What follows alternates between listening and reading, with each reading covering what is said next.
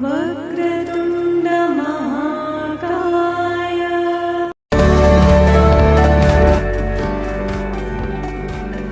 Hello friends, welcome to our channel.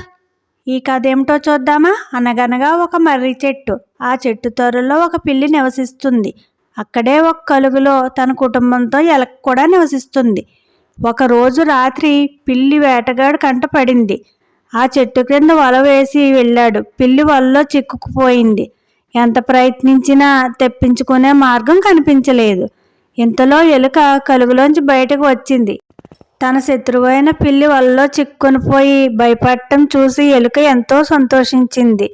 అప్పుడు పిల్లి ఇలా అంది, మిత్రమా చిట్టెలుక, ఈ వలను నీ పదునైన పళ్ళతో కొరికి నన్ను రక్షించు అని అడుగుతుంది.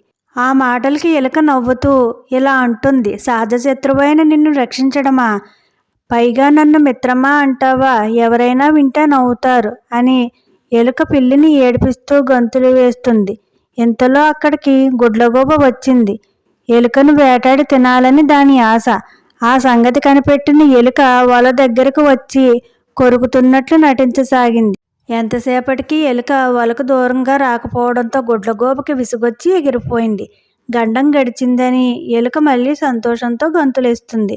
అప్పుడు పిల్లి ఇలా అంది, ఇంతసేపు వలనెందుకు కొరకలేదు, కొరుకుతున్నట్లు నటించావెందుకు అంటుంది.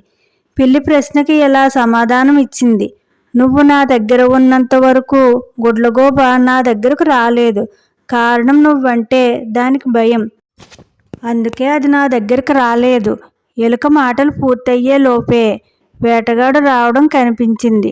అప్పుడు పిల్లి తన్ను కాపాడమని మళ్ళీ అడుగుతుంది. ఇప్పుడు వల కొరికేస్తే నువ్వు నన్ను చంపి తినేస్తావు, ఉండు కంగారు పడకు అని వేటగాడిని దగ్గరికి రానిచ్చి వల కొరికేసి అది కలుగులోకి వెళ్ళిపోతుంది. పిల్లి వెంటనే పరిగెట్టుకుంటూ వెళ్ళి త్వరలో దూరుతుంది. వేట జంతువు చేజారిపోయిందని వేటగాడు దిగులుగా కూర్చుంటాడు.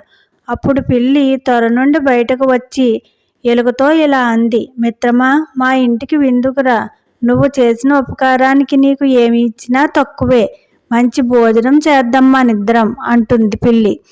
అప్పుడు ఎలుక ఇలా అంటుంది, గుడ్లగూబ నుండి నన్ను రక్షించుకోవడానికి నీతో కొంతసేపు స్నేహం చేశాను, దాని బారి నుండి బయటపడ్డాను, అందుకు కృతజ్ఞతగా నీకు ప్రాణదానం చేశాను.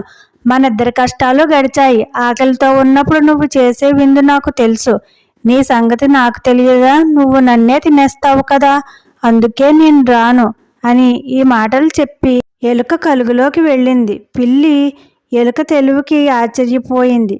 తన ఎత్తు పనిచేయలేదని బాధపడుతూ వెళ్ళిపోయింది. నీతి, అవసరమైనప్పుడు ఆపద తీరే వరకు శత్రువైనా సరే తాత్కాలికంగా స్నేహం చెయ్యాలి, కానీ కాపాడారు కదా అని పూర్తిగా ఎవరిని నమ్మకూడదు. Okay friends, bye.